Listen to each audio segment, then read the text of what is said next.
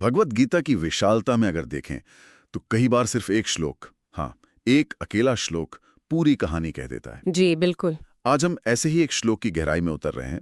पहले अध्याय का तीसरा श्लोक। हाँ, श्लोक 1.3। हमारे पास इस श्लोक का विश्लेषण है और कोशिश यही है कि कुरुक्षेत्र के उस तनाव भरे माहौल में जो शब्द कहे गए, उनके पीछे का अर्थ, उनकी कूटनीति, भावनाएं, वो सब समझे। सही बात है, वो माहौल ही ऐसा था। युद्ध का मैदान बिल्कुल तैयार है, सेनाएं आमने सामने हैं। हाँ, और टेंशन तो मतलब हवा में महसूस हो रही होगी। बिल्कुल। और ठीक इसी पल दुर्योधन अपने गुरु द्रोणाचार्य से कहता है, पश्येताम पांडुपुत्राणाम आचार्य महतिम चमूम व्यूढ़ाम द्रुपद पुत्रेण तव शिष्येण धीमता।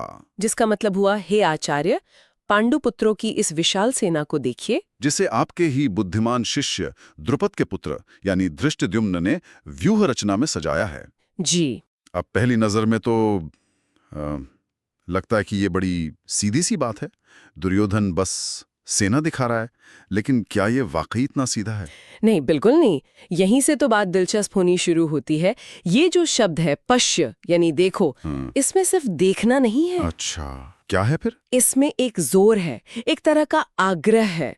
दुर्योधन द्रोण का ध्यान खींच रहा है, शायद थोड़ी चिंता के साथ, या हो सकता है थोड़े व्यंग्य के साथ। मतलब वो जता रहा है कि सामने वाली सेना को हल्की में मत लीजिए। बिल्कुल। और फिर कहता है महती चमूम यानी विशाल सेना। वो सिर्फ गिनती नहीं देख रहा, बल्कि व्यूढ़ा शब्द पर गौर कीजिए। व्यूढ़ा मतलब व्यू रचना, फॉर्मेशन। जी हाँ, कुशल व्यू रचना, एक स्ट्रेटेजिक मिलिट्री फॉर्मेशन। दुर्योधन इसे स्वीकार कर रहा है, ये उसकी सामरिक समझ दिखाता है, पर शायद उसके अंदरूनी घबराहट भी हो सकता है। और फिर आता है सबसे बड़ा पेंच, द्रुपद पुत्रेण। हाँ, ये इशारा है धृष्टद्युम्न की तरफ, पांडव सेना का सेनापति। और यहीं पर तो सारी विडंबना है। धृष्टद्युम्न, इसका जन्म ही हुआ था द्रोण का वध करने के लिए, ये तो सब जानते थे। और सबसे मजे की बात देखिए, युद्ध कला सीखी किससे? द्रोणाचार्य से ही। कमाल है जी। और इसी कॉन्टेक्स्ट में दुर्योधन का अगला हिस्सा, तव शिष्येण धीमता, आपके बुद्धिमान शिष्य द्वारा, ये बहुत मायने रखता है। क्या ये तारीफ है या फिर इसमें कोई ताना छिपा है? बहुत संभव है कि ये एक सूक्ष्म कटाक्ष है, एक ताना ही है। दुर्योधन जैसे द्रोण को याद दिला रहा हो, देखिए आचार्य, ये आपका ही सिखाया हुआ शिष्य है, जिसे आपने इतनी बुद्धिमानी से पढ़ाया। हाँ, और वो भी कोई ऐसा वैसा नहीं, धीमता, बुद्धिमान है। और आज वही हमारे खिलाफ सेनापति बनकर खड़ा है। तो इसमें द्रोण के फैसले पर एक सवाल है, अप्रत्यक्ष रूप से। बिल्कुल। एक सवाल छिपा हो सकता है। ये सोचना भी दिलचस्प है कि दुर्योधन ये कह क्यों रहा है।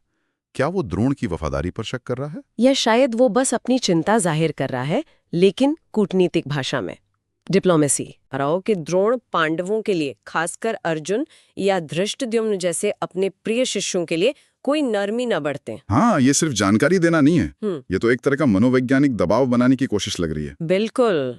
और अगर इसे हम कर्म के सिद्धांत से जोड़कर देखें तो ये कितना सटीक बैठता है। कैसे? देखें, द्रोणाचार्य ने बिना किसी भेदभाव के सबको शिक्षा दी, यहाँ तक कि उसे भी जिसका जन्म ही उनकी मृत्यु का कारण बनने वाला था, धृष्टद्युम्न को। जी। और अब वही ज्ञान, वही कौशल उनके सामने एक चुनौती बनकर खड़ा है। ये दिखाता है कि हमारे कर्मों के, हमारे फैसलों के परिणाम कैसे सामने आते हैं, चाहे हमारी नीयत कितनी भी अच्छी क्यों ना रही हो। सही बात है।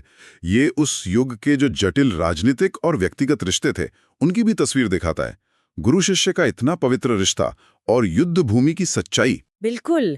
द्रोण की स्थिति कितनी मुश्किल रही होगी, एक तरफ राज्य के प्रति वफादारी और दूसरी तरफ अपने ही शिष्य। हाँ, और इस एक श्लोक से किरदारों की गहराई पता चलती है। दुर्योधन सिर्फ मतलब चलन रखने वाला या जिद्दी नहीं है, वो चालाक है, स्थिति को भांपता है और शब्दों को हथियार की तरह इस्तेमाल करना जानता है। बिल्कुल। वो चापलूसी, धीमता और आरोप को कैसे मिला रहा है, ये उसकी कूटनीति है। और वहीं द्रोणाचार्य, जो इतने महान गुरु हैं, इस पल में शायद अपने अतीत के फैसलों और भविष्य की चुनौतियों के बीच फंसे हुए महसूस कर रहे होंगे। उनकी कर्तव्यनिष्ठा पर शक नहीं, पर एक मानवीय दुविधा जरूर झलकती है। जी हाँ। और यहाँ सबसे आकर्षक बात शायद यही है कि ये श्लोक हमें क्या सिखाता है। ये सिखाता है कि सिर्फ ज्ञान और कौशल देना ही काफी नहीं है। तो फिर क्या जरूरी है? ये सोचना कि वो शक्ति किसके हाथ में जा रही है, उसके क्या परिणाम हो सकते हैं। विवेक और दूरदर्शिता के बिना दिया गया बेहतरीन ज्ञान भी पलटकर चुनौती बन सकता है। ये तो बहुत गहरी बात है। तो संक्षेप में कहें, गीता का ये तीसरा श्लोक, जो ऊपर से देखने में साधारण लगता है, वो अंदर से कूटनीतिक तनाव, व्यक्तिगत इतिहास और आने वाले संघर्ष की आहट से भरा हुआ है। दुर्योधन की चिंता, द्रोण की दुविधा और युद्ध की जो अनिवार्यता है, सब कुछ इन चंद शब्दों में सिमट गया है। बिल्कुल। और जाते जाते एक सवाल मन में आता है जो शायद सोचने पर मजबूर करे। जीवन में हम अक्सर ज्ञान, सलाहें या कोई हुनर दूसरों को देते हैं, अच्छी नीयत से ही देते हैं, पर कितनी बार वही चीजें अप्रत्याशित रूप से हमारे लिए या दूसरों के लिए चुनौती बनकर लौट आती हैं। जी, ये मार्गदर्शन और उसके अनपेक्षित नतीजों पर सोचने का एक गहरा बिंदु है।